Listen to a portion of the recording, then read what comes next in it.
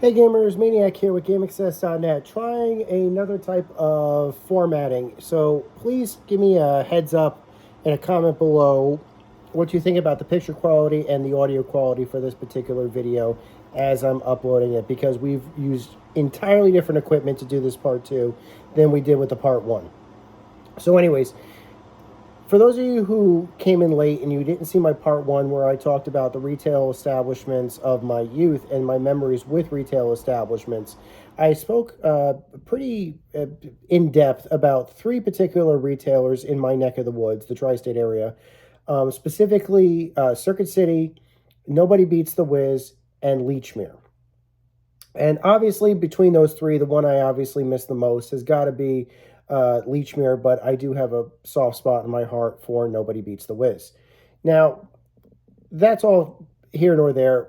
There's some couple of other retailers that I want to speak about with this particular video. I may ramble a little bit because this is typically an unscripted series, but I want you guys to know that this does come from the heart. And sometimes, you know, you speak and it kind of jogs memories as you're telling the stories, and so you get kind of sidetracked. I actually recorded this at least once previously, and I decided to throw it out, and we're going to try this again. So hopefully I do better on this one. But specifically, I mentioned before that I wanted to talk about, is retail dead? Is there no future for retail?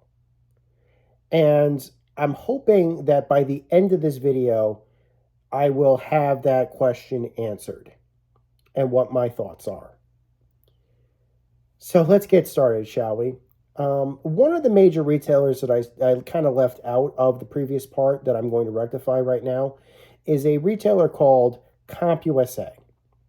CompUSA was probably one of the first major computer electronic stores that I can think of that had come to my area. It predated Circuit City. It probably didn't predate Lechmere, but it might have just been on at the same time.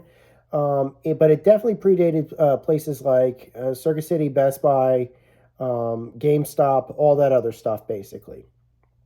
The reason why I liked CompUSA was because, as a PC enthusiast at the time, CompUSA was a good place to basically go. And if you needed a spare part because you had a broken part, like a broken fan in your computer, or if you needed some more RAM for your computer quickly, or if you wanted to get a piece of software, like a video game, a PC game, CompUSA was a really good place to go to get all that. They sold pre-built computers, but also they sold parts if you wanted to upgrade your pre-built computer, or you want to build your own computer. You could buy a case. You could buy fans. You could buy a new power supply, a new CPU, a new motherboard, new hard drive, whatever you needed. CompUSA likely sold it. And once you were all done with that, you could buy a copy of a PC game and be able to play it on your new PC. And even something else that I'm going to talk about. My earliest memories of CompUSA have to do with probably remembering right after I got my first real gaming PC. I wanted to buy games for it. I couldn't go to, like I said, there was not really too many electronic stores that were in my area at that time, as I kind of talked about. This was just before that was, stores like Lechmere and Circuit City were coming in. So if I wanted a PC game, I would go to CompUSA for it. And the great thing that I liked about CompUSA was that, just like today, a brand new PC game would probably come out, it'd be $50. That was pretty much what you pay for a brand new game that had just been released. However, if you were willing to wait a few months, the price on that could go down to as low as, let's say, $20. And everything in between could kind of go in there, again, depending upon how long the game's been on the shelves for. There's an old joke about sales for games like Half-Life 2. Did you know that, I'm sorry, for Half-Life 1, the original Half-Life. Did you know that the original Half-Life sold better the third year it was out than it did in the first year? They kind of attributed that at the time to word of mouth, but I would think it probably actually has to do more with the case of the game sales the prices had lowered when the Game of the Year edition had come out, and so I think, and plus there was plenty of, supply of the Game of the Year edition on the shelves. So it was a really good deal and well worth picking up. But there were other games that I remembered picking up at CompUSA early in the day that I would absolutely just go crazy for. Like, all right, I remember back in the day they had Starfleet Academy on the shelves. They had the X-Files game on the shelves. They had the early Lucas, not the early, but the Lucasfilm, the LucasArts games, the Star Wars games. Like, basically most of the games that I've got on the shelf up here. A lot of those games I've got back there, I actually ended up getting from CompUSA. Star Lancer, some of those Star Wars games down there, I ended up getting from CompUSA. Oh, and there's one other that I want to mention. I think it's up there. I could be wrong, but I actually did get a collector's edition of Warcraft 3. And they actually ended up having the collector's edition. So I ended up picking up the collector's edition of Warcraft 3 pretty much after it sold out pretty much everywhere else. I actually found a copy at CompUSA. So CompUSA was actually a really good way to find also some diamonds in the rough that some of the other retailers may have been sold out about, that you might be able to find for a decent price if you're willing to basically just go in and take a look around. I mean, that goes on to this day, I'm sure, but at that time, it would be, I remember I'd hop in my car, or I'd hop in the unknown camera person's car, I'd hop in my car with the unknown camera person, or vice versa, and we'd make a beeline straight for CompUSA to see if we could find any deals. And the funny thing is, of course, is that if you couldn't find a deal at CompUSA, like let's say there was no games on the shelves that you were interested in or you could afford, they did have cases and cases, a whole pyramid of 12 packs. Now, this isn't what they had, but they had Balls soda, the original Balls soda, for sale. And I remember very fondly, even if I couldn't find a good game or something like that on the shelf that I was interested in, at the very least I'd go home with a case of Balls soda. And I'm sure CompUSA thought to themselves, if you're going to come to CompUSA, you're probably coming for a reason. Maybe you have to build a new computer. Maybe you're planning on upgrading your computer. Maybe you're going to be buying a new game for that upgraded computer. So you're going to have a fun weekend. Here's some balls so you can stay up later. And that was great. That was really a great mentality. At least that was my reading on it. But if that was their mentality, more power to them. However, there were issues with CompUSA, and probably these issues are what led to the store's demise. Now, some people would probably argue that the internet probably killed CompUSA. Just the internet. Some people may also blame, Amazon killed CompUSA, or Newegg killed CompUSA. But they don't go further than that. Why? If they did kill CompUSA, how'd they do it? Be honest, I love the best page in the universe. Maniac is hilarious.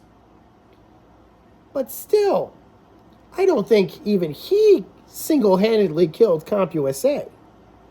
I think there were reasons that CompUSA died, and I'm going to talk about at least one or two of them right now. CompUSA died probably around 2007, which is getting a little bit ahead of myself. But the thing that I cannot stress enough about CompUSA's demise is that I would say they died the same way that a store like Circuit City died. They would not price compete. And that is the first rule of capitalism, or of business in general. I've talked to old school economic guys, and I've talked to I've talked to people, and I've studied economics, and and it all boils down to this at the most basic. If you want to compete in retail, likely the person who's willing to give the lowest price is who wins. It's that simple. And that was the problem with CompUSA. They would not price compete in an era when their competitors would. Maybe they thought that they were above it. Maybe they couldn't afford to. They could. I'm pretty certain they could. But essentially speaking, and then you'll find this a lot in the demise of retail, especially specifically. If, let's say, for example, I want to buy a new GPU. Now, one of my favorite CompUSA stories is actually the summer of Max Payne. That was summer 2001. That was when the original Max Payne on PC came out. And I was actually working for my dad that summer. And my dad was willing to pay me, for a full day's work, he was willing to pay me $50 a day. Now, I mentioned earlier that $50 is pretty much the price of a new PC game. So I remembered working one day for my father because I wanted to pick up Max Payne. I worked a day for my father, got my copy of Max Payne. And that's when I realized, oh crap, I need a good GPU to be able to play Max Payne on my computer. At that time, a good mid-range GPU was the GeForce 2 MX by NVIDIA, that NVIDIA board. 64 megs of graphics. I think the GeForce 3 was out at the time, or was just about to come out at the time. But a GeForce 2 MX at 64 megs was about $150. The GeForce 3s, when they first came out, were $300. And those were considered to be expensive. I mean, they'd be considered worth it, but those would be considered expensive. But I'm like, I don't want to spend $300. It's like my boards are so bad right now anyway. I'd get decent enough performance and I'd be able to run Max Payne on that GeForce 2. So I worked for my father for 3 more days straight to have enough money to buy that GPU. And I did. And I was glad I did because that GPU lasted a while. That thing, let me tell you something. When I popped that into my computer and I played Max Payne with hardware transform and lighting at 1024 by 768 for the first time on that monitor screen, on that like high refresh CRT screen I had, I was beyond happy. I lost my mind with how good it looked. And I remembered, actually, I ended up replacing that computer about a year later. I kept the GPU. I actually kept the GPU. I was like, the GPU, my father, he wanted to buy a new computer, and he did, but the GPU that it came with was actually worse than the GPU that I already purchased, so I just popped that GPU out, replaced it, put in GeForce's drivers, and actually got a really good, yeah, and that's actually what happened. But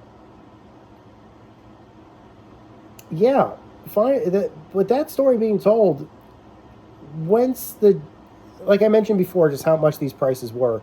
I listed a GeForce 2 for $150. A GeForce 3 was $300. Those were the MSRP prices. CompUSA sold their products at MSRP prices, which by the time you got to like the NVIDIA GeForce 6800 series, which were $500 at launch,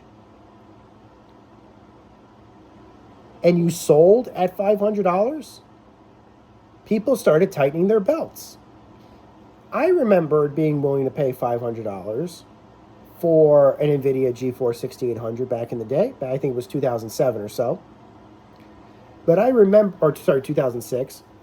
But I remembered a lot of people calling me a fool for doing so, a fool with my money.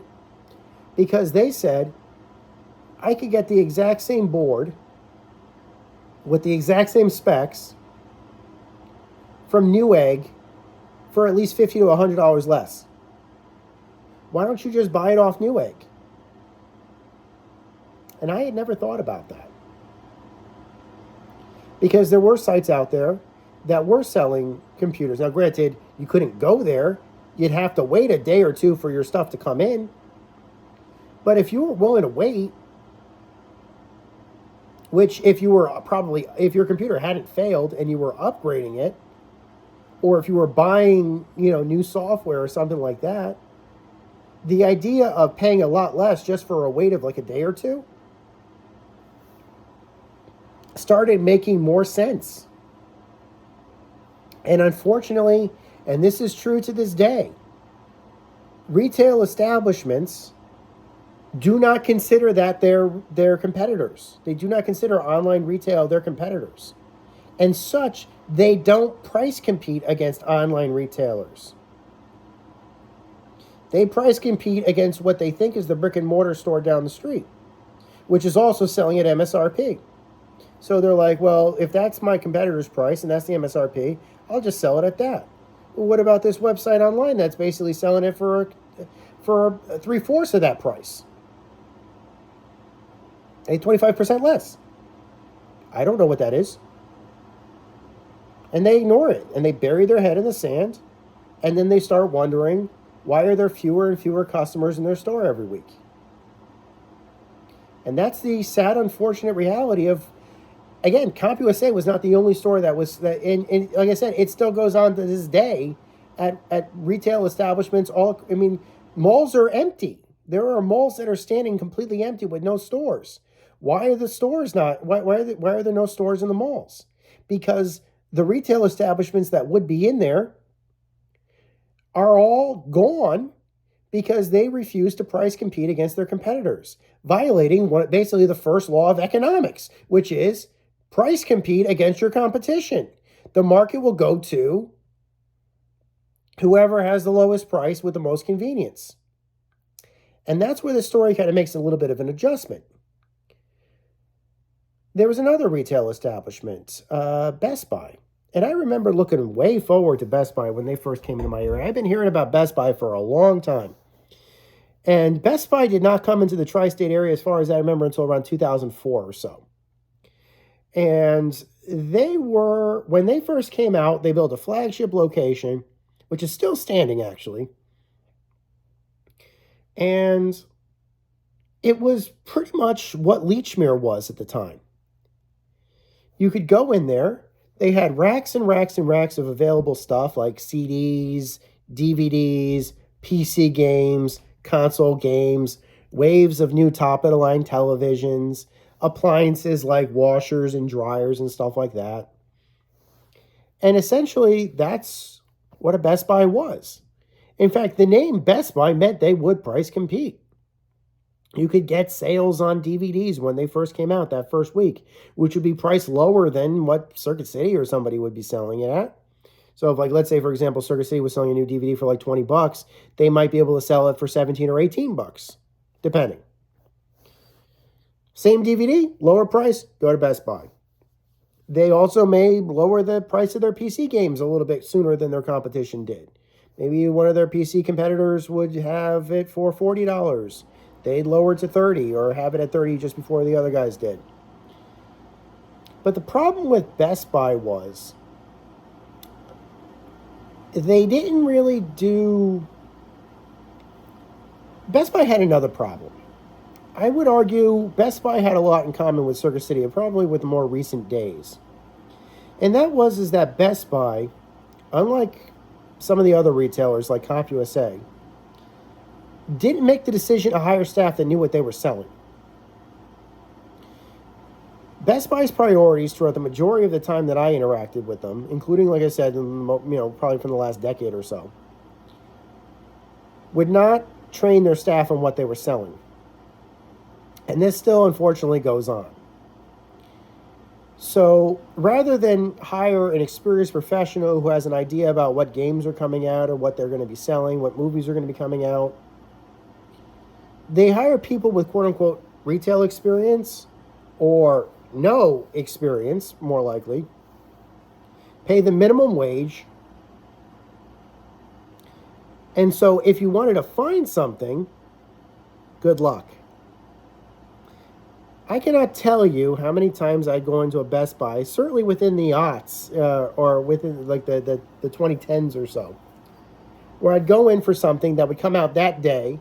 Website would confirm that they had it in stock, like a new game or something.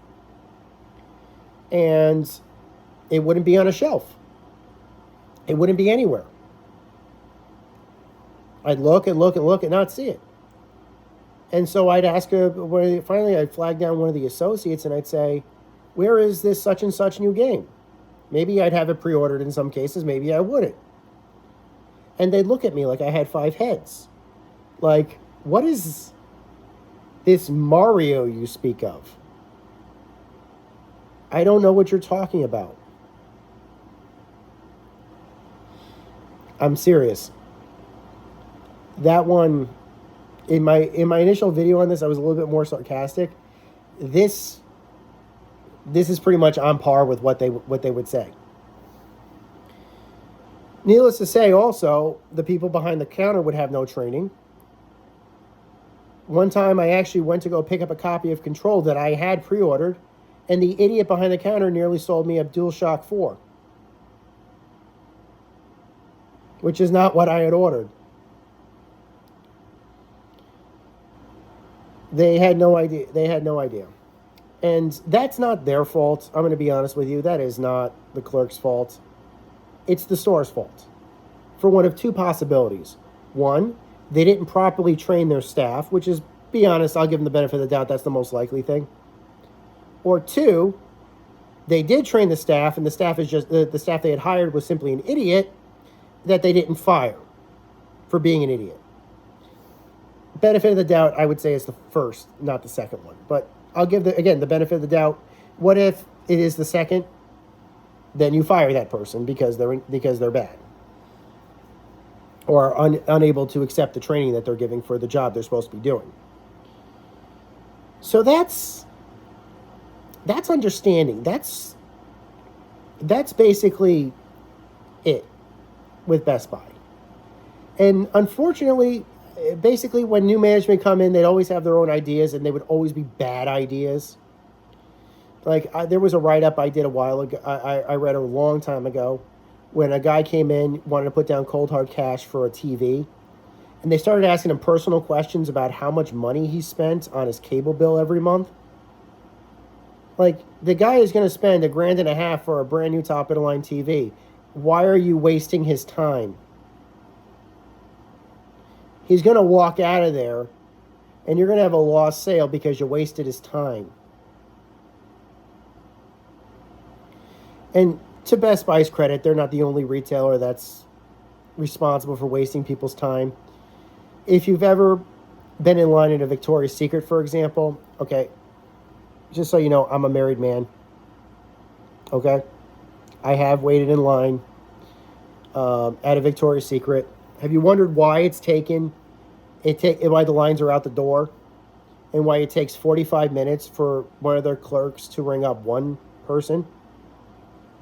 It's not because the person in front of you is buying the whole store, although maybe that's a possibility, but it's unlikely. It's because the clerk that's handling has been trained by management to waste the time of the person they're ringing up, asking them all these stupid questions like, are you going to sign up for our credit card? Are you going to do this? Are you going to do that? Then they sign up for the credit card just to save 1% on something or whatever it is. And that's another 40 minutes wasted in line behind the person because they have to get their credit checked and everything else.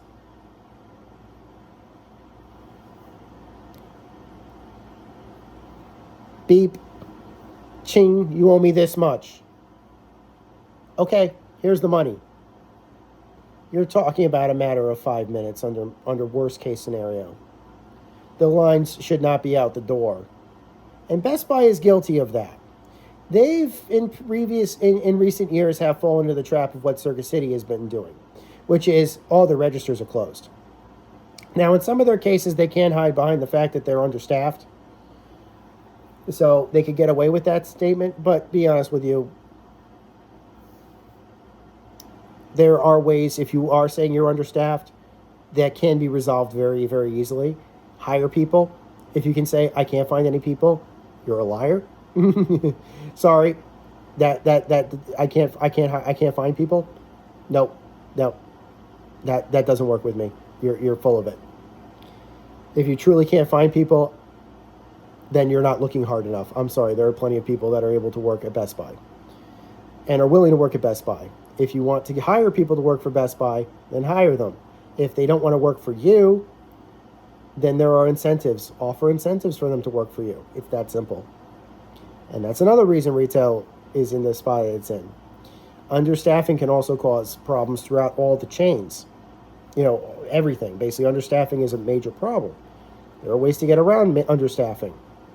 Your CEO is not doing jack squat. He's just counting his money. You do really need to pay him as much as he's getting? What's he doing? He's running the company into the ground.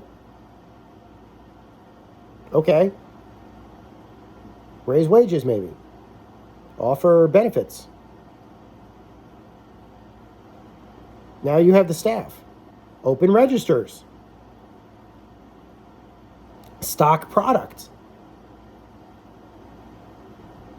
My God. Now your business is going to be booming. Especially if you have the product that everybody wants. You couldn't keep Xbox Series X on shelves. You can't keep PS5s on shelves. You couldn't keep Nintendo Switches on shelves. You sell these products, or at least if you have them in stock, you sell out of these products. You're making good money. You're making good in sales. I don't think retail is doomed to fail. I really don't. People are always going to want, people like me are always going to be impatient. They're going to want their stuff immediately as soon as it's available. It is faster and can be more convenient to go to a spot and pick up an item than it is to order it online. And not everybody's got a credit or a debit card or Apple Pay or anything like that. People want to pay cash sometimes for what they've got. Retail does answer those questions. The problem is that retail has done two cardinal sins. One, they wasted the time of their customers, which in turn wastes the time of the customers behind them, which in turn basically just feeds through. Two, they've implemented policies that are just stupid, i.e. the first option, which can be stopped with a simple phone call or an email. And three, they're not price competing against their actual competition. Online sales is their competition. If they price compete, they'll be fine. Convenience plus fair prices, and you'll be fine. And the stores will reopen.